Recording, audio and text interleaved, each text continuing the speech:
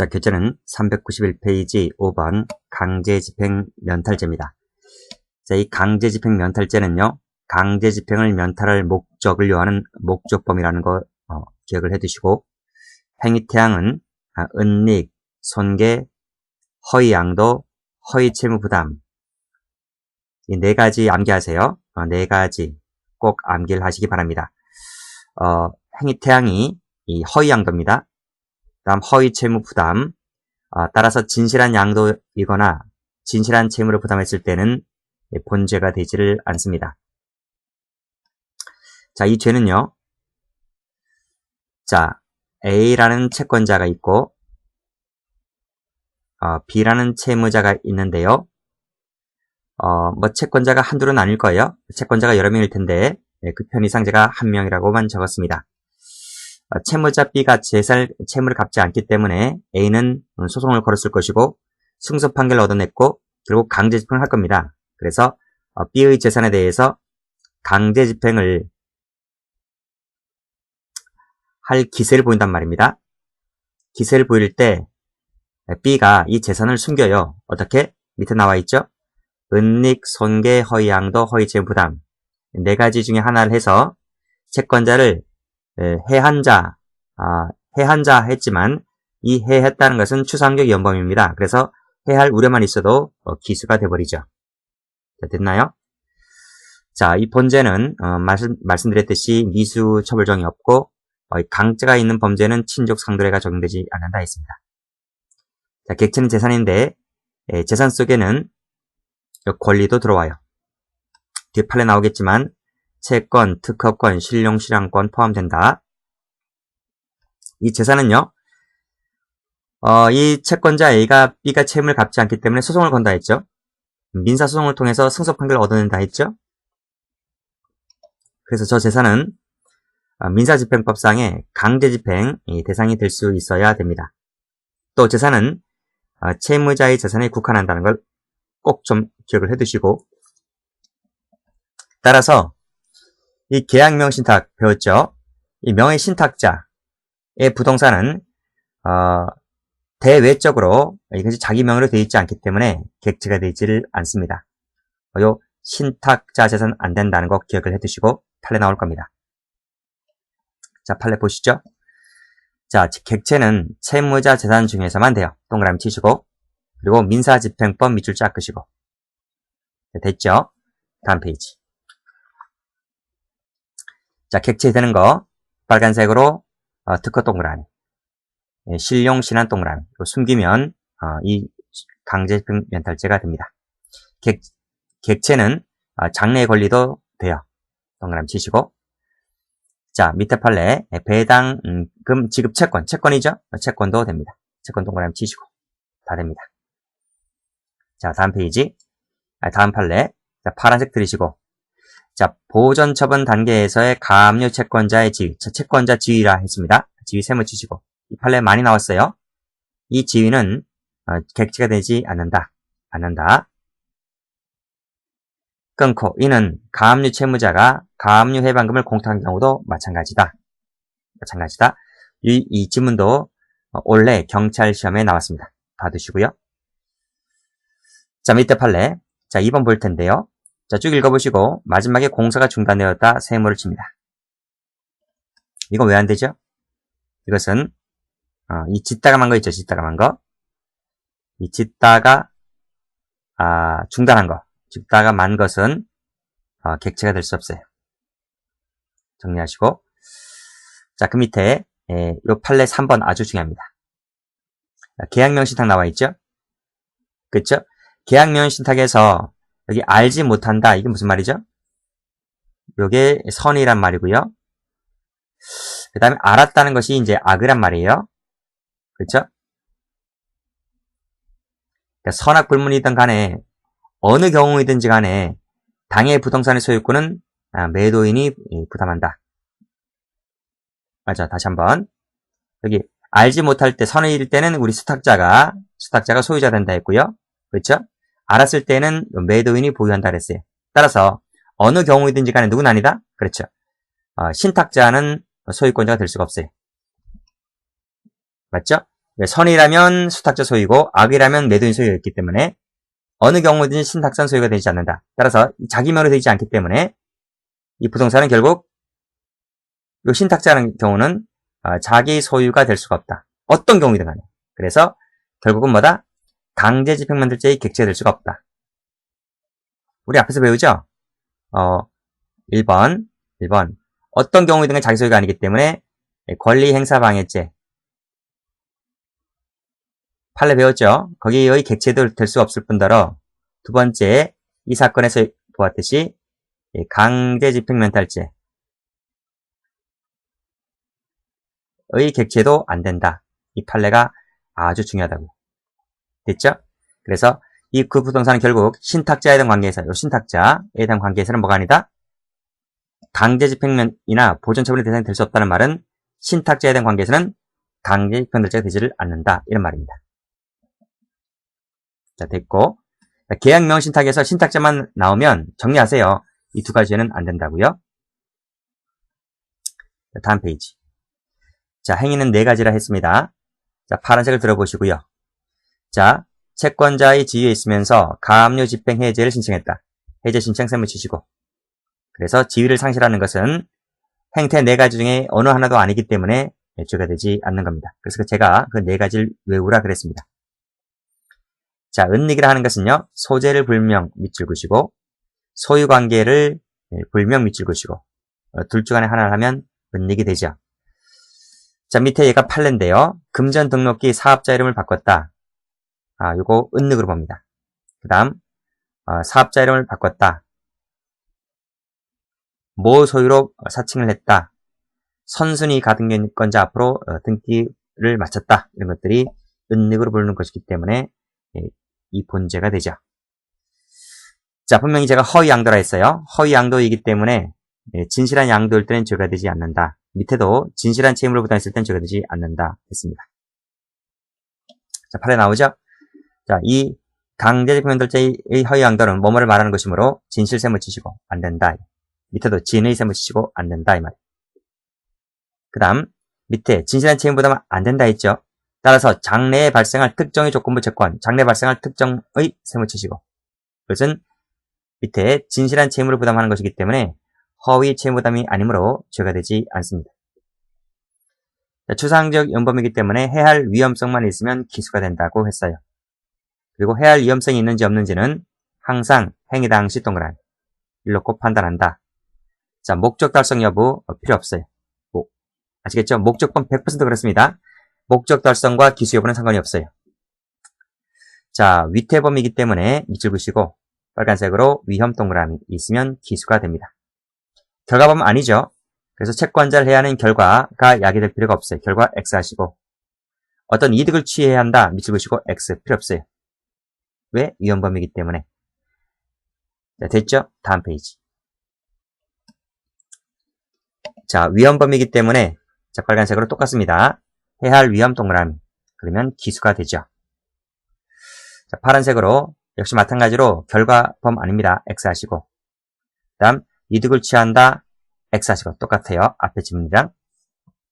자, 그 밑에 판례 위험범이기 때문에 빨간색으로 해할 위험 이렇게 동그라미 치시고 그러면 기수가 됩니다. 역시 마찬가지예요. 결과 밑줄 그시고 X 필요 없다. 어떤 질문이 나올지 몰라요. 그래서 유사한 판례도 다 갖다 놨습니다. 자, 죄가 되는 거 볼게요. 자, 여기서 1번 판례 많이 출제가 됐는데요. 유체동선이 뭔가요? TV, 라디오 등을 말합니다. 면탈할 목적으로 사업자 등록, 사업자 명의를 변경함이 없이 자, 금전등록기 앞서 말씀드렸죠? 등록기, 이 금전등록기 이름을 바꿨다. 빨간색으로 이름만 동그라미. 이름만 바꾸는 것도 은닉으로 보는 것이기 때문에 이 죄가 되죠. 자, 그 밑에 사전 모의하여 다른 채권자의 강제집행 면탈을 목적으로 선순위 동그라미 앞으로 본뜯기를 한 것도 은닉으로 봅니다. 역시 선순위 동그라미 치시고 그렇죠? 검은색 본등기를 마쳤을 때 전부 다 죄가 된다. 다음 페이지. 그 밑에 판례. 4번 나와 있죠? 엄마 소유로 채무자의 엄마 소유로 사칭했다. 됐어요? 그러니까 엄마 그러겠죠. 팔짝 뛰겠죠. 아니 왜 내 자산인데 왜 나 앞으로 압류를 하느냐. 그래서 엄마가 제3자 이의 소를 법원에 제기했죠. 결국 그걸 받아들여서 집행 저지를 하였다면 이거야말로 재산을 숨긴 것이다. 은닉으로 봐서 이 죄가 됩니다. 실제로는 그 아들 거였단 말입니다. 자, 그 밑에 판례 채권이 완제된 것처럼 가장 동그라미 치시고 은닉으로 갑니다. 밑에 제3자 명의로 동그라미 치시고 계좌로 송금하였다면 이 죄가 되죠. 전부 다 은닉으로 보는 것이기 때문에 그래요. 다음 페이지 7번 갑니다. 7번이 좀 어렵나요? 7번 볼까요? 7번도 출제가 되었는데 올해 승진시험에 출제가 되었죠. 여기서 제3자물자을이라고 하는 것은 보통 은행을 말해요. 자, 그럼 갑니다. 여기 갑이 있어요. 갑이 채권자이고 을은 뭐예요? 채무자이죠. 즉 갑은 을에 대해서 채권을 갖고 있어요. 근데 채무자가 돈을 안 갚아요. 안 갚아요. 근데 을이 이 병이라고 하는 은행이 있는데요. 이 은행에 뭘 갖고 있어요? 채권을 갖고 있어요. 통장을 갖고 있다니까요. 즉 채무자가 거래하는 은행이 있을 거 아닙니까? 그렇죠? 그 은행에 돈이 있단 말이에요. 돈이. 여기서 그러면 을은 뭐가 돼요? 을은 채권자죠. 을은 은행에 대한 관계에서 채권자가 되는 것이고 은행은 이 을에게 채무자가 되는 거죠. 이해되시죠? 그런데 이 갑 입장에서 봤을 때 갑은 을에 대해서 채권자고 을은 병에 대해 채권자니까 병은 갑에 대한 관계에서 뭐라 불러요? 이걸 다른 말로 제3채무자. 이해되시나요? 그래서 이 갑이 이 을이 돈을 안 주니까 법원에 소송 걸었을 것 아니겠습니까? 승소 판결한단 말이에요. 승소 판결. 그래서 이 을이 거래하는 은행이 있을 거예요. 이 은행에 있는 이 채권, 이 통장이죠, 통장. 통장을 압류하려고 해요. 압류할 기세를 보여요. 그쵸? 승소하게 되면 이제 곧 압류 들어갈 것 아니겠습니까? 그때 이 을이란 놈이 이 정이라는 사람에게 이 통장을 어떻게 해요? 이렇게 허위 양도해요. 허위 양도하면 뭐가 됩니까? 이것이 이퀄 여기 바로 이 강제집행 면탈죄 여기 되는 거예요. 자 보세요. 채무자인 피고인이 을이죠. 채권자 갑이죠. 가압류 집행을 면탈할 목적으로 은행에 갖고 있는 이 제3채무자 을에 대한 채권을 병익이라는 사람에게 허위 양도했다. 빨간색으로 허위 양도 동그라미. 그럼 뭐가 돼요? 그 밑에 마지막 줄 강제집행면탈죄가 되는 거예요. 당연히 두 번째 줄에 가압류 결정 정보원이 을에게 송달되기 전에 야가 미리 허위 양도한단 말입니다. 그렇죠? 그랬을 때 죄가 되는 거죠. 올해 승진 문제입니다. 자, 밑에 8번도 강제집행 면탈을 목적으로 밑에 타인에게 양도했다. 타인 동그라미. 그러면 뭐가 돼요? 허위 채무 부담이기 때문에 이 죄가 되죠. 그래서 그 앞으로 본등기를 했다라고 했을 때 죄가 됩니다. 자, 밑에 판례. 자, 9번 판례 볼게요. 자, 이 9번도 출제가 많이 되었었는데 이혼을 요구하는 차로부터 재산분할 청구권에 기한 가압류 등 강제집행을 받을 우려가 있는 상태에서 빨간색으로 허위 채무, 허위 동그라미 치시고 소유권 이전 청구권 보존의 가등기 밑줄 그시고 했을 때 이 죄가 됩니다. 보통 이 재산분할 청구권이라고 했을 때 보통 이제 금전채권을 말하죠. 됐어요? 그래서 허위 채무를 더하고 등기를 해줬을 때 죄가 된다. 자, 밑에 판례 마찬가지입니다. 여기서도 가등기 얘기 나왔네요. 그 밑에 허위 채무, 허위 동그라미 쳐보시고 했을 때 우리 있는 상태에서 했을 때 이 죄가 된다. 자, 11번 더 많다. 조금만 갖고는 안 돼요. 더 많다는 것만 갖고는 안 돼요. 더 많다. 이 정도만 갖고서도 이 죄가 된다. 위험성이 있기 때문에 위험범이므로 그 부동산에 의해서 담보된 채무액이 조금 더 많다 하더라도 위험이 없다고 볼 수는 없다.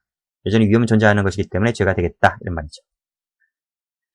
남는다고 예측도 마찬가지입니다. 다 위험범이기 때문에 이런 지문이 나오는 거죠. 약간 동그라미 치시고 이런 말 나와도 자, 이 5가지 판례가 전부 다 추상적 위헌범이기 때문에 이런 지문들이 나오는 거예요. 전부 다 죄가 된다. 이런 말입니다. 자, 안 되는 거. 자, 파란색 들어보세요. 자, 행위태양 4가지를 알았어요. 4가지. 허위 영수증을 발행을 했다. 세모 치시고. 이것은 나오네요. 327조에 규정된 어느 행위도 아니다. 은닉, 손괴, 허위양도, 허위채무부담도 아니기 때문에 죄가 되지 않는다. 이런 말. 됐죠? 자, 2번 볼게요. 자, 2번에서 우리 아까 뭐라 했어요? 진실한 채무. 진실한 양도라면 죄가 안 된다 했죠? 그렇죠? 허위 양도라면 죄가 되는데 진실한 양도라면 죄가 되지 않는다 했잖아요. 생각나시죠? 그랬을 때, 자, 올라가 보세요. 자, 문제는 여기까지 이렇게 나온다고 했을 때, 그렇죠? 밑에 지문들은 세 번째 지문들은 안 주어진단 말입니다. 주어진다면 요 3번째 줄까지 만약에 던져줄 거예요. 자, 쭉 읽어보시고, 자, 강제 집행을 하려 하자 그 집행을 면탈을 할 목적으로, 자, 실제로에다가 세모. 실제로 부담하고 있는 다른 채권자와, 그쵸? 다른 채권자와 이 건물에 대해서 대물변제 예약을 했다라고 했을 때, 그것은 실제로 했잖아요. 실제로 부담하고 있는 것을 계획을 체결했기 때문에, 그것은 허위 양도가 아니라 진실한 양도이기 때문에 죄가 되지 않는다. 이런 말.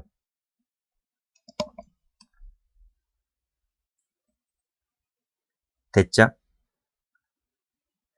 자, 그 밑에,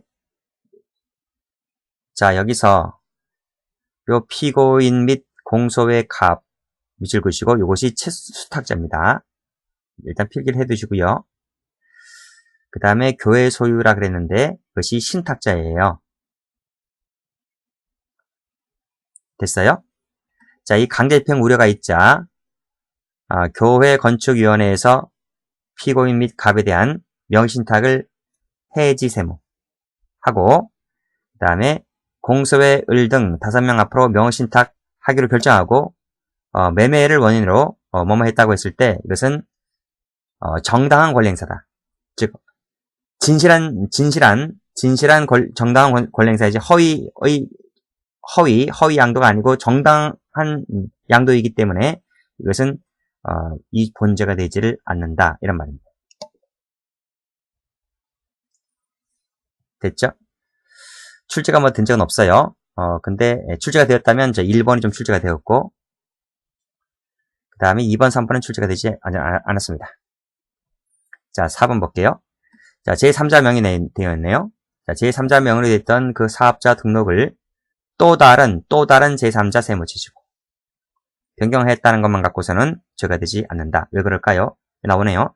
소유관계를 종전보다 더 불명하게 하진 않는다 했기 때문에 이것만 갖고서는 위험성을 야기한다고 할 수 없으므로 죄가 되지 않는다. 자, 이 지문은 15년도 법원행정고시에 출제가 된 적이 있고요. 자, 그 밑에 5번을 볼게요. 자, 5번에서 가등기 세무. 가등기만으로서는 채권자를 해야 한 것이 아니다. 왜 그럴까요? 가등기는 원래 나오나요? 순위 보존적 효력밖에 없어요. 효력밖에 없기 때문에 가등기만 갖고서는 죄가 되지 않아요. 자, 위에 앞에 판례랑 비교하셔야 됩니다. 앞에 판례에서 요 2가지 판례랑 비교하셔야 돼요. 여기도 가등기가 있고 여기도 가등기가 있잖아요. 근데 이것은 왜 죄가 되나요? 여기도 가등기가 있는데 여기서는 허위 채무 부담이라는 것 때문에 그래요.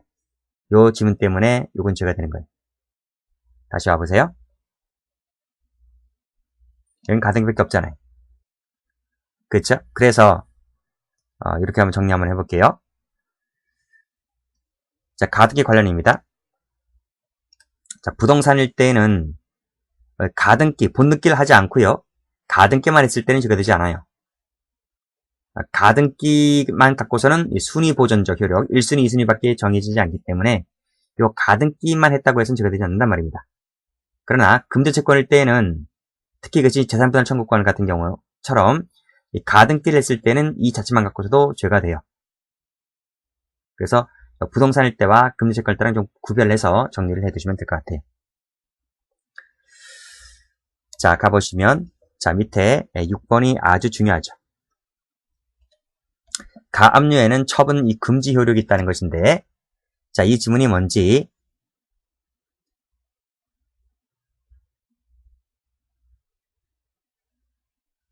여기 한번 볼게요. 자, A가 채권자고 B가 채무자입니다. B가 건물이 있어요. 건물이 있는데 건물이 있으니까 이제 A한테 돈을 빌려 갔죠.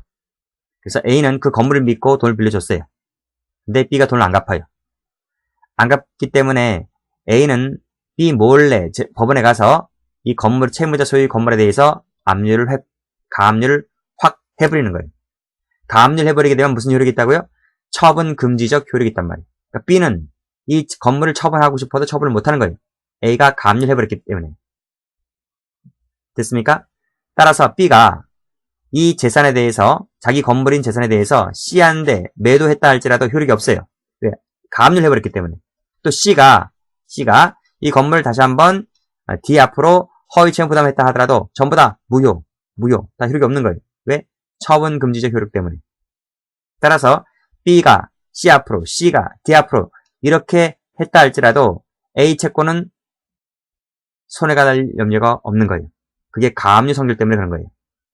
자, 이 지문 읽어보시고요. 이 지문들은 노트에 나와 있습니다. 자, 그러면 교재 와보세요. 처분 금지적 효력이 있기 때문에 가압류 후에 목적물 소유권을 취득한 제3취득자나 그 제3취득자에 대한 채권자는 가압류 채권자에게 대항할 수가 없다. 따라서 자, 파란색으로 가압류 후 세무치시고 후에 그 소유권을 취득한 제3취득자가 뭐뭐 등을 했다 할지라도 가압류 채권자에게는 대항할 수 없단 말입니다. 가압류 채권자는 어떤 영향을 끼치지 않기 때문에 그렇죠? 영향을 끼치지 않기 때문에 죄가 되지 않는다. 아주 중요하죠. 그 다음 자, 채권자의 채권이 금전 채권이 아니라 무슨 채권이라면요? 파란색으로 건물 철거 및 토지 인도 청구권 세무 라면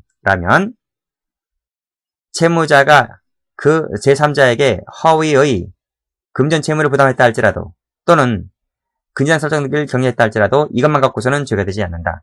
이 왜 그럴까요? 이것이 바로 이것 때문에 그래요. 건물 철거 및 토지 인도 청구권 때문에. 자,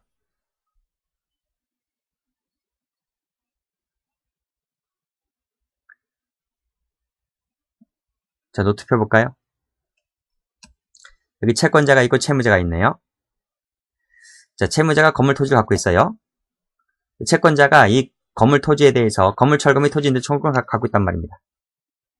그러니까 건물 철거를 하려고 하니까 채무자가 제3자에 대해서 허위 금전 채무를 부담하면서 허위로 돈을 빌리는 척하면서 이 건물 토지에 대해서 근저당을 설정한다 했을 때 이것만 갖고서는 죄가 되지 않는단 말이에요. 왜? 채권자가 건물 철거 및 토지 인도 쪽에는 물권을 갖고 있기 때문에 이 허위 금전 채무는 채권이잖아요. 물권이 아니고 채권은 물권을 깨뜨릴 수가 없어요. 그래서 이 채권자는 물권적 지위를 갖고 있는 사람이기 때문에 채무자가 이 허위 금전 채무를 설정했다 할지라도 이것만 갖고서는 채권자에게 대항할 수가 없어요.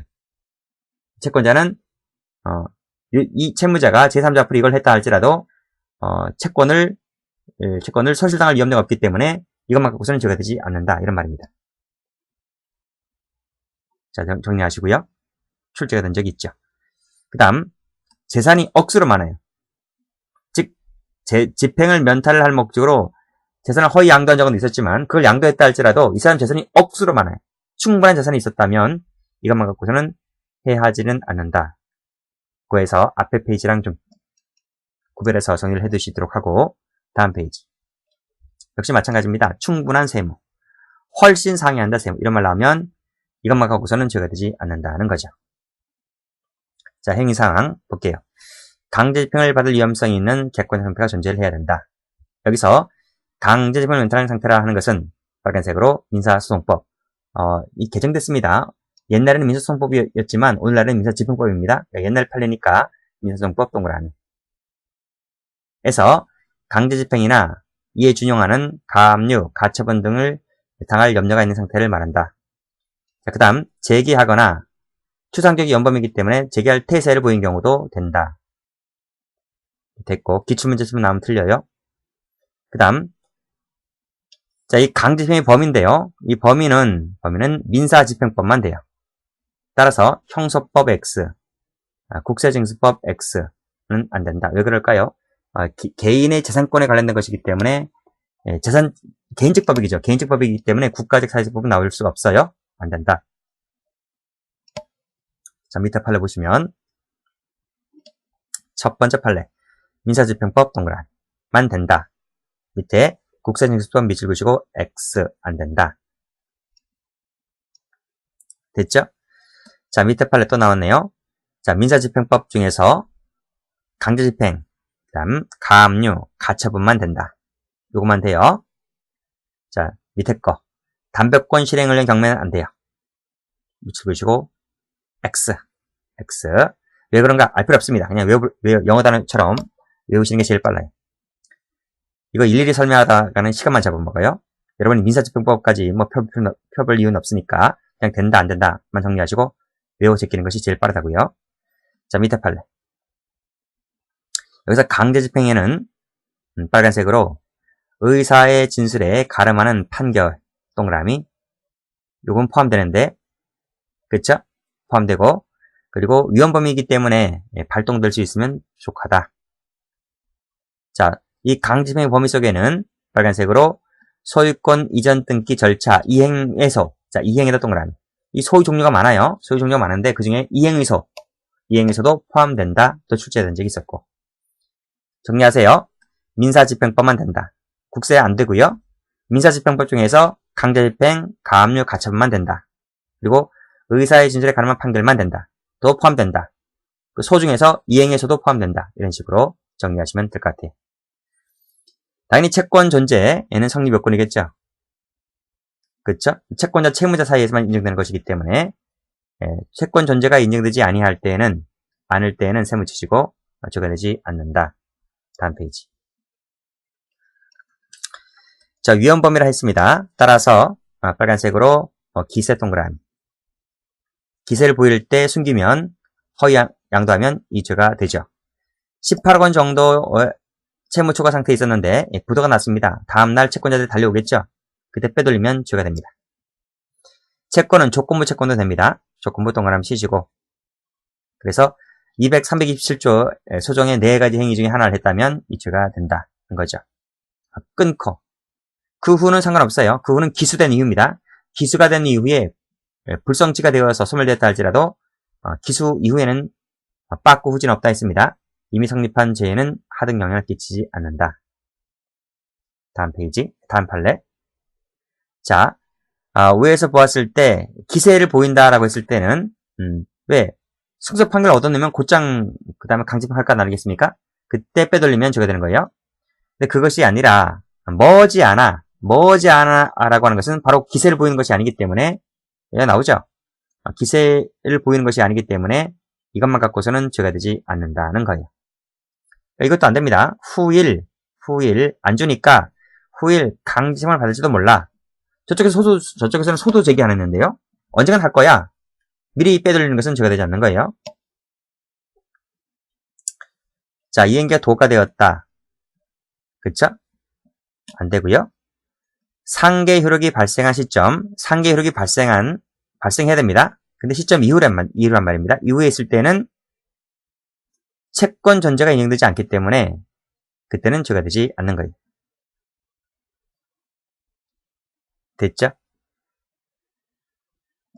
그 다음 상계를 하면 상계는 서로 채권 채무 관계를 서로 까는 거잖아요. 내가 받을 돈이 얼마 있고 너가 나한테 받을 돈이 얼마 있으니까 서로 까버리자.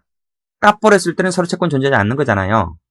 그렇죠? 그 이후에 재산을 빼돌렸다 하더라도 채권 존재가 인정되지 않기 때문에 죄가 되지 않는다. 이런 말이죠. 자, 그 이외에 목적이 있어야 됩니다. 그 목적은 여기 나오네요. 이 죄가 되려면 주관적으로 어떤 의도가 있어야 하고, 면탈하려는 의도죠. 면탈하는 의도가 있어야 하고, 객관적으로는 강제집행을 당할 급박한 상태가 있으면 된다. 주관적, 객관적 요건이 나와 있습니다. 자, 공소시효 쭉 읽어보시고, 통지가 있는 때, 통지 동그라미, 그때 종료되어서 진행된다. 그 다음, 그 밑에 빨래, 허위 채무를 부담하는 내용 같은 경우에는 채권 압류 및 추심 명령을 받은 때, 이때 진행된다. 성립된과 동시에 종료되는 거니까 즉시 범위라는 얘기네요. 이때 성립된과 동시에 종료된다. 받으시고, 기출문제처럼 기출문제가 17년도 승진문제입니다. 승진문제인데 추징금을 수령한 때가 아니에요. 수령한 때가 아니라 언제부터? 왜? 통지가 있는 때부터 종료되어서 진행된다. 자, 죄수. 자, 갑명이네요. 밑에는 을명이고. 그쵸? 근데 여기 보니까 얘는 가등기네요. 밑에 건 본등기고요. 가등기와 본등기는 차이가 있죠? 이 가등기와 본등기는 면탈 방법과 침해 방법에 있어서 큰 차이가 있는 거예요. 그래서 이것은 불가불적 사유가 되는 것이 아니라 별죄가 돼요. 별죄. 따라서 여기서 끊어버리면 채무자가 자기 부동산에 대해서 간명의로 허위 금전채권에 의한 담보가 등을 설정했을 때 그때 기수가 되고, 이를 다시 을에게 양도해서 을명의로 본등기를 했을 때는 새로운 법익 침해가 있잖아요. 가등기보다는 본등기가 침해가 더 큰 거잖아요. 새로운 법익 침해가 있는 것이므로 이때 또 별죄가 되는 거예요. 죄가 2개가 되는 것이지, 이 을명의 본등기가 갑행위에 대한 불사가 되는 것이 아니다. 불사가 되는 것이 아니라 뭐가 된다? 별죄. 그러니까 죄가 2개가 된다. 경합범. 자, 재산을 은닉 허위양도한 것은 한 개 행위죠. 한 개 행위를 했는데 채권자들이라 그랬어요. 채권자들 여러 명이 다쳤죠. 이것을 상상적 경합이라고 합니다. 타적 관계. 타인 재물 세무 지지고. 이것은 횡령죄가 될 뿐이지 이 죄가 되지는 않는다. 왜 그럴지 아시죠? 권리행사 방해죄나 강제집행 면탈죄는 객체가 자기 재물이라 했어요. 자기 재물. 타인 재물일 때는 이 강제집행 면탈죄가 될 수가 없다. 그렇죠? 자, 밑에도 마찬가지입니다. 계열 회사들 소유 자금 중에서 계열 회사들 소유 세무 치시고, 자기 소유죠. 자기 소유. 대표이사가 입장에서 봤을 때 이것은 타인 소유죠. 타인 소유. 타인 소유가 되는 것이기 때문에 이것은 역시 횡령죄가 되는 것이지 이 본죄가 되는 것이 아니다. 두 가지 같은 취지입니다. 전부 다 타인 소유물일 때 자기가 보관하고 있는 거죠. 아무리 뭐 강제품살죄 결과 측면에서 갖고 왔다 할지라도 영득할 의사잖아. 영득할 의사이지 최초로 할 때 강제집행 면탈할 목적도 없고 객체가 자기 소유도 아니고, 그래서 결국은 횡령죄만 된다는 판례들이지 별도로 강제집행 면탈죄는 되지를 않습니다. 자, 여기까지 해서 개인적 법익 모두를 마쳤습니다. 지금부터는 사회적 법익을 가보죠. 자, 공안을 해야 하는 죄인데요. 여기 있는 죄는 전부 추상적 연범이에요. 그리고 미수가 없고 예비무가 없고, 근데 이 두 가지는 알아두셔야 됩니다. 범죄단체 조직죄, 다중불해산죄는 목적법입니다. 또 2번이 출제가 몇 번 되었어요. 물론 당연히 총론 교재에 나오죠. 다음 중 목적법인 것은 몇 개인가 할 때 이 두 가지 판례가 나와요. 자, 그러면 2번 범죄단체 조직죄. 자, 한 몇 년 전에 개정이 있었는데요. 이 범죄인데, 여기 나오죠. 아무런 제한이 없다가 아니라 제한이 있어요. 사형, 무기, 장기 이상의 징역에 해당하는 범죄입니다. 그래서 객체가 요 사형, 무기, 장기 4년 이상 징역에 한정된다는 거. 그리고 목적범위라는 거 정리해 두시고,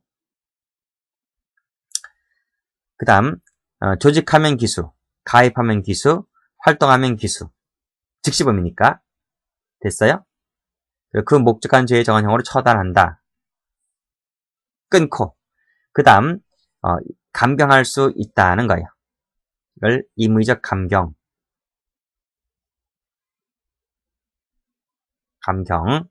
유일합니다. 그러니까 뭐냐면 사회적 법익, 국가적 법익 중에서 유일하게 임의적 감경이 나와요. 나머지 제도는 안 그래요. 정리해 두시고, 자, 성격 보시죠. 나머지는 여러분 혼자 읽어볼 수 있어요. 여러분 혼자 읽어볼 수 있는 것까지 제가 뭐 수업 시간에 해드릴 필요는 없고, 즉시범이다, 즉시범이다 정리해 두시고요. 자, 밑에 나왔네요. 빨간색으로 즉시범 동그라미. 그 다음 가입 밑줄 하는 순간 기수, 또 가입하는 순간 또 기수. 그래서 각각 했으면 추가 기수면 각각 처벌되는 것이지 이걸 이를 처벌한다 해서 이중처벌이라고 볼 수는 없다. 됐죠? 자, 그리고 여기에 있는 범죄들은 조직범죄라든지 경범죄는 이걸 다루는 특별법들이 있기 때문에 여기서 빠집니다. 단체라고 하는 것은 자 밑에 나왔죠? 공동목적 밑줄 그시고 최선의 통솔체계 밑줄 그시고 이 두 가지가 있으면 단체가 됩니다. 그 위에 얘가 나와 있는 것들이 있네요. 소매치기 세모, 엄사기 세모, 4명 세모 이런 것은 뒤에 판례 나올 겁니다. 이건 우리 판례가 단체가 아니라고 했어요. 자, 보시죠. 단체가 아닌 거 파란색을 들어보시면 조직이 완전히 변경되었다. 다음 소매치기 나왔네요. 독수리회 세모. 영어 단어 외우듯이 쭉쭉 훑어내리세요. 시간 끌지 마시고요. 도매상 세모, 사법청년의 세모, 주주총회 원활하게 진행한다 세모. 단체 아닙니다. 전부 다 죄가 되지 않는다. 자, 기수시기는요. 즉시범위라 했기 때문에 단체를 조직 동그라미 하면 뭐가 돼요? 이때 기수가 돼요. 왜? 즉시범위를 했기 때문에. 그렇죠? 목적한 죄를 실행했는가 안 했는가를 묻지 않습니다. 또 나오네요. 밑에 즉시범 동그라미. 그렇죠? 그래서 범죄 성립과 동시에 공소시효가 진행된다.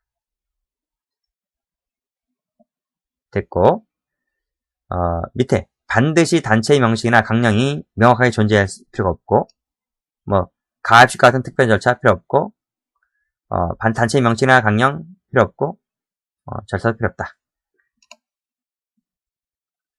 자, 됐습니다. 자, 그 밑에 다음 페이지 죄수부죠. 자, 쭉 읽어보세요. 쭉 읽어보시고 저는 마지막 이 두 줄만 납니다. 끝에 두 줄만. 이 두 줄을 이해하려면 위에 있는 것들을 읽어보셔야 돼요. 쭉 읽어보시고 자, 밑에서 5번째 줄. 양자는 모두 다 단체의 생성, 존속, 유지를 도모하는 일련의 예비, 음모 과정에 해당한다는 점에서 단일성, 계속성, 피해 법도 다르지 않다. 따라서 파란색으로 구성하거나 가입하거나 활동할 때에 각각의 죄가 경합범위 되는 것이 아니라 포괄일죄 동그라미. 기출입니다. 기출. 아니 우리 그렇잖아요. 예를 한번 들어볼게요. 체포하여 감금. 감금을 하면 이 체포 감금했다고 해서 죄가 두 가지가 됩니까? 아니면 감금죄만 됩니까? 감금죄만 되잖아요. 그렇죠? 이런 논리입니다. 그래서 구성, 가입, 활동하면 이 죄가 세 가지가 되는 것이 아니라 이 죄의 포괄일죄. 응? 그래서 요 활동이라고 하는 죄 속에 또 구성하거나 가입한 자가 활동을 하면 이 죄에 뭐 된다? 이 죄에 흡수가 된다. 흡수가 되어서 요 죄의 포괄일죄로 처벌합니다. 그런 취지죠.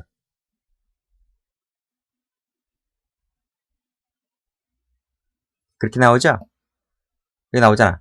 구성이나 가입은 활동을 예정하는 것이고 하면서 결국 이 세 가지를 다 했다면 뭐만 된다? 활동죄 하나의 포괄일죄다. 나머지 구성 가입은 여기 흡수가 된다. 이런 말입니다.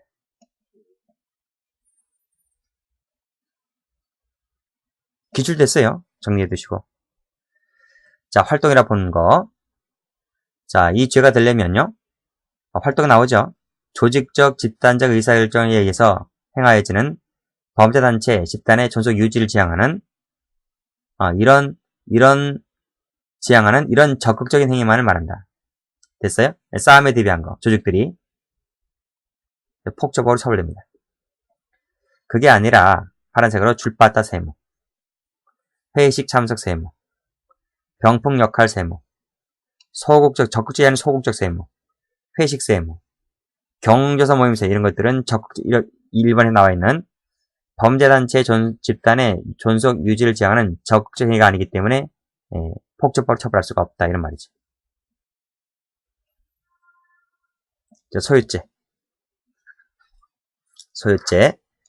소유죄는 어떤 죄입니까? 다중이 집합을 해서 폭행, 섭박, 성계 이렇게 했을 때 이 소유죄가 되는 거예요. 그러니까 우리가 뭐 박근혜, 최순실 그 국정논란 논란과 관련해서 그 광화 서울광장에 모여가지고 그 사람들이 폭행, 협박, 성계 행위를 하면 그게 소유죄가 되는 거예요. 그러니까 뭐 친박들이 뭐 태극기 앞세워가지고 그렇죠? 집합해가지고 폭행, 협박, 성계하면 이 소유죄로 처벌됩니다. 기출문제 나온 적이 있는데 자수특례라는 것이 적용되지 않아요. 여기서는 그런 조문이 일절 없어요. 자, 집합범이고 중요한 것은 목적범 아닙니다. 기출 전적이 있어요. 나머지는 쭉 혼자서 볼 수 있을 겁니다. 쭉 혼자 보시고 그 다음 우리 총론에서 배운 대로 내부 가담자 사이에서는 총칙 조문이 적용되지를 않습니다. 뭐 외부자 같은 경우는 적용될 수도 있어요. 적용될 수도 있지만 공동조문 되지를 않고 기껏해야 교사 방조가 될 뿐이다. 이렇게 정리하시면 될 것 같네요. 자, 소유죄에 되는 판례를 보도록 할게요. 자, 빨간색으로 군집 500~600명이 모였다. 밑에 어떻게 했습니까? 성계하고 막 폭행하고 그랬다. 친박 애들 생각하시면 돼요. 소유죄로 처벌된다. 이런 말입니다. 정치구를 외치며 다중이 집합해서 똑같이 마찬가지로 뭘 했어요? 폭행, 협박, 성계를 행했다는 거예요. 1번하고 2번 차이가 없잖아요. 군중 500~600명이 모였다. 다중이 집합을 했다. 폭행, 성계하면 뭐가 돼요? 소유죄가 돼요. 되는데 2번에서는 뭐가 있어요? 이 정치구를 외친다는 말 때문에 포고령 위반죄가 들어가는 거예요. 이게 없으면 1번이나 2번이나 뭐 매한가지인 겁니다. 그래서 폭행, 협박, 성계는 행위가 한 개이기 때문에 상상적이다 이런 말이죠. 자, 다성불례해산죄. 이것은 말씀드렸듯이 목적범이라는 거 정리하시고 폭행, 협박, 성계 행위를 할 목적으로 집합해서 경찰서장이 해산하시오! 3번에서 했는데 안 했을 때 해산하지 아니했을 때 그쵸? 뭡니까? 진정부작위범. 그쵸? 진정부작위범이다. 총론 시간에 배우죠? 목적범이다. 나머지는 필요 없고 나머지는 뭐 됐네요. 쭉. 자, 공무원 자격 사칭죄. 자, 이 죄는 사칭하는 건 사칭하는 것인데 그 사칭한 직권입니다. 그 직권. 사칭한 직권이죠. 이 직권을 행사했을 때 공무원 자격 사칭죄가 되죠. 됐죠? 그 다음 뭐 나머지는 뭐 됐고 밑에 건 읽어보시고요. 뭐 1번 읽어보시면 되겠네요. 1번을 읽어보셔야지 판례를 풀 수가 있어요. 자, 볼까요? 자, 검은색. 청와대 민원비서관이다. 밑줄 그시고. 중앙정보부 직원이다. 밑줄 그시고. 합동수사본이다. 밑줄 그시고. 이 사칭한 직권이거든요. 근데 어떻게 했습니까? 시외 전화 선로 고장 수리 세무. 자인사 작성 제출 세무. 휴심 세무. 이것은 앞에 사칭한 직권 행사한 것이 아니기 때문에 죄가 되지 않습니다. 됐죠? 경찰청 나온 적 있어요. 최근에도요. 자, 폭발물에 관한 죄. 자, 바로 2번 폭발물 사용죄. 이 폭발물이 뭔지 아시죠? 뭐 다이너마이트라든지 뭐 이런 걸 말합니다. 조문 기출된 적 한 번 있었고. 자, 두 가지 한번 비교해 볼까요? 폭발물 사용죄하고 파열죄가 있는데요. 여기서는 이 과실범 처벌령을 잘 보셔야 됩니다. 우리 총론 시간에 배운 적이 있는데 폭발성물 파열죄만 있다 그랬어요. 그리고 사용죄는 없고, 나머지는 참고로 받으시면 될 것 같아요. 자, 판례인데, 판례는 폭발물을 어떻게 정의 내리고 있습니까? 폭발물이란 밑에 직접적 구체적인 위험을 초래할 수 있을 정도의 강한 파괴력을 말한다. 따라서 파란색으로 휴대용 부탄가스 세모는 폭발물이 될 수가 없다 이런 말이죠. 그쵸?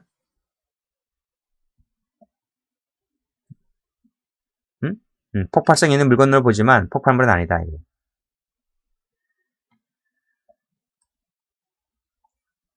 이게 어떻게 생긴 거 하면 이렇게 유리병이 이렇게 있었어요. 이렇게 유리병이 있었는데 이 가운데 이제 부탄가스를 넣어놨죠.